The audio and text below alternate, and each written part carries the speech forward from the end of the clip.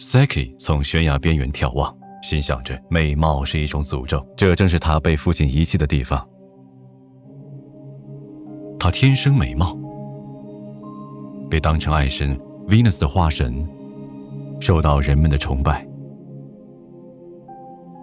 然而现实是，人类因为害怕而不敢向她示爱。他的父亲请求集光明之神、真理之神、预言之神于一身的先知 Apollo 指明方向。他被告知要把女儿遗弃在悬崖边上。Saki 将嫁给残忍、野蛮、长着翅膀的人面蛇身的恶魔。独自在悬崖边， Saki 感觉到西风温柔地将她托起在空中，把她带到一座宫殿前。你回家了，她听到一个声音说，你丈夫正在卧室等你，如果你有胆量去见他。Saki 鼓励自己要坚强。卧室很黑，她看不清丈夫的模样，但是感觉不像蛇妖。她的皮肤是那么光滑，声音温柔又绅士。她问道，你是谁？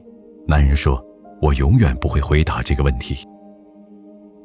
如果你爱我，就不需要知道我是谁。她每晚都来赴约。不久 Saki 怀孕了。她兴奋不已，但也很矛盾。自己如何能和一个从未见面的男子一起养育一个孩子？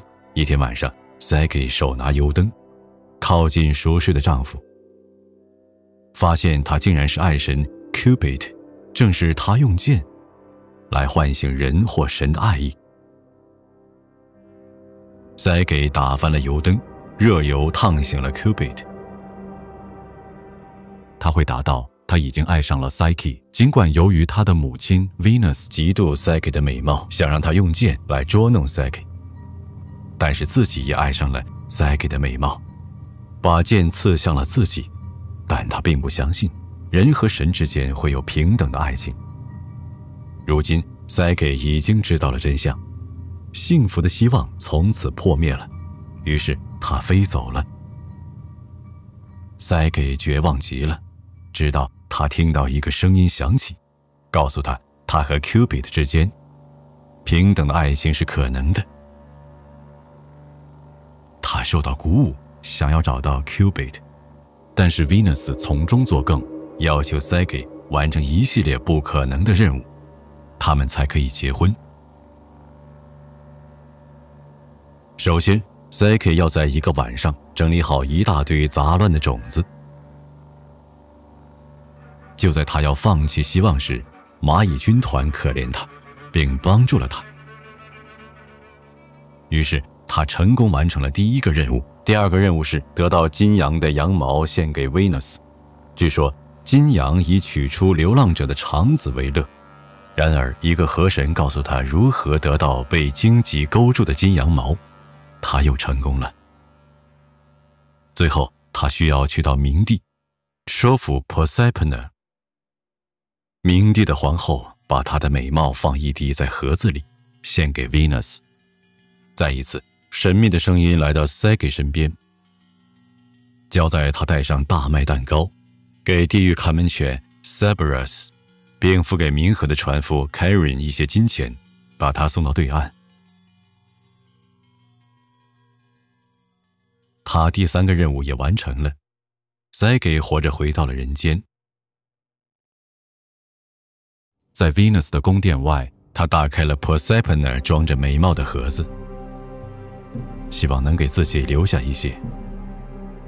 但是盒子里面装的是睡眠，不是美貌。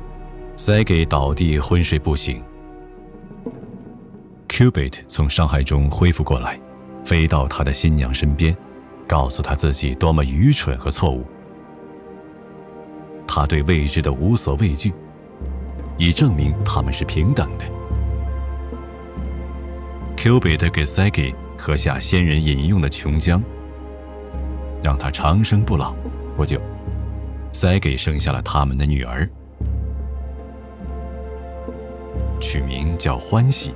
于是欢喜 Cupid 和 Psyche 名字含义是灵魂，从此也创造了人间复杂的爱。TED-Ed 致力于用尽可能多的语言，向尽可能多的人提供免费的高质量教育内容。通过向 Patreon 捐款来支持我们的非盈利使命，不要忘记订阅我们的频道。